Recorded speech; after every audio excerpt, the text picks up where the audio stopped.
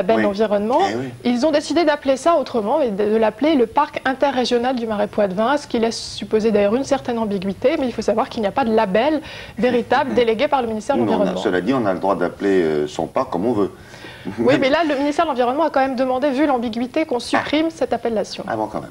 D'accord. Deuxième sujet que nous avions traité dans l'année et que vous aviez particulièrement remarqué, c'était dans le Berry, d'un propriétaire qui avait été condamné par les monuments historiques. Pourquoi? Parce qu'il avait fait son maximum, comme dit l'autre. Qu'est-ce que vous pouvez faire? Je fais mon max pour restaurer mon château. Seulement ça, on ne fait pas ça tout seul, on n'a pas le droit.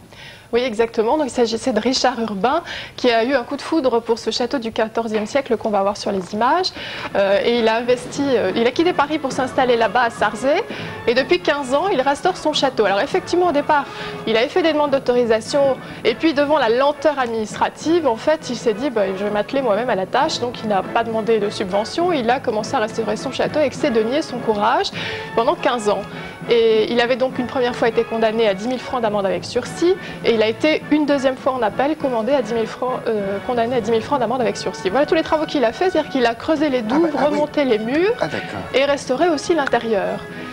Donc il a été condamné une nouvelle fois en appel. La condamnation n'est pas très importante, 10 000 francs d'amende avec sursis, mais aller quand même passer du temps et de l'argent de l'État pour condamner quelqu'un qui passe son temps à restaurer son château, ça me paraît quand même aberrant quand on sait qu'il y en a d'autres, des Japonais notamment, qui dépouillent et qui pillent les châteaux français. Ah oui, sauf que ceux-là s'en vont. Oui. On les retrouve pas. Alors ce qui est intéressant à dire, c'est qu'à la suite de il y a eu une campagne médiatique autour de lui, on en parle même jusqu'aux États-Unis. Et depuis, il a reçu des centaines de lettres de soutien moral de téléspectateurs et puis également de gens qui lui envoient de l'argent. Des Américains, des Français, pas forcément, des Français aussi, qui lui envoient de l'argent, des petits chèques pour l'aider à restaurer son château.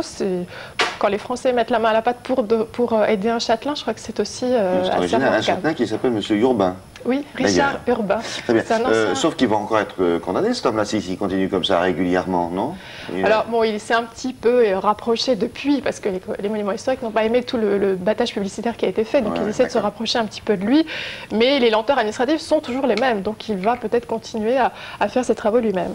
Bon, il y a un autre sujet aussi, ça se passe en Bretagne, c'est une petite maison célèbre pour de multiples raisons, et notamment parce qu'on l'a voyé sur une publicité qui est devenue du coup très prisée.